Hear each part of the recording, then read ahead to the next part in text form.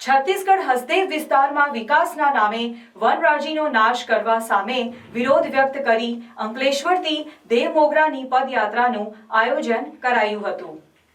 છત્તીસગઢ હસદેવ વિસ્તારમાં વિકાસના નામે વનરાજીનો નાશ કરવા સામે વિરોધ વ્યક્ત કરી અંકલેશ્વરથી દેવમોગરાની પદયાત્રાનું આયોજન કરાયું હતું।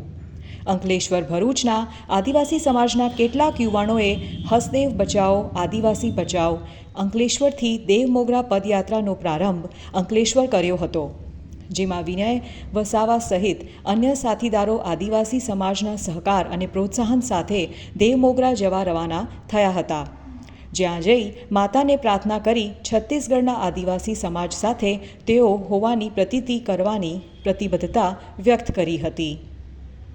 હસદેવનું જંગલ કપાઈ રહ્યું છે, એના માટે આદિવાસી સમાજના કુળદેવી યામોગીને પ્રાર્થના અર્ચના કરીશું અને પદયાત્રાનો મતલબ કે જે પ્રમાણે છત્તીસગઢ સુધી તો ગુજરાતના આદિવાસીઓ જઈ નથી શકતા, પરંતુ સોશિયલ મીડિયાથી અને ગુજરાતના ટ્રાઇબલ એરિયાની અંદર આદિવાસી સમાજ છત્તીસગઢના આદિવાસી સમાજ જોડે જ છે।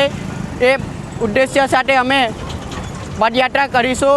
શું આ ઓક્સિજનની જરૂર માત્ર ને માત્ર ખાલી આદિવાસીઓને જ જરૂર છે?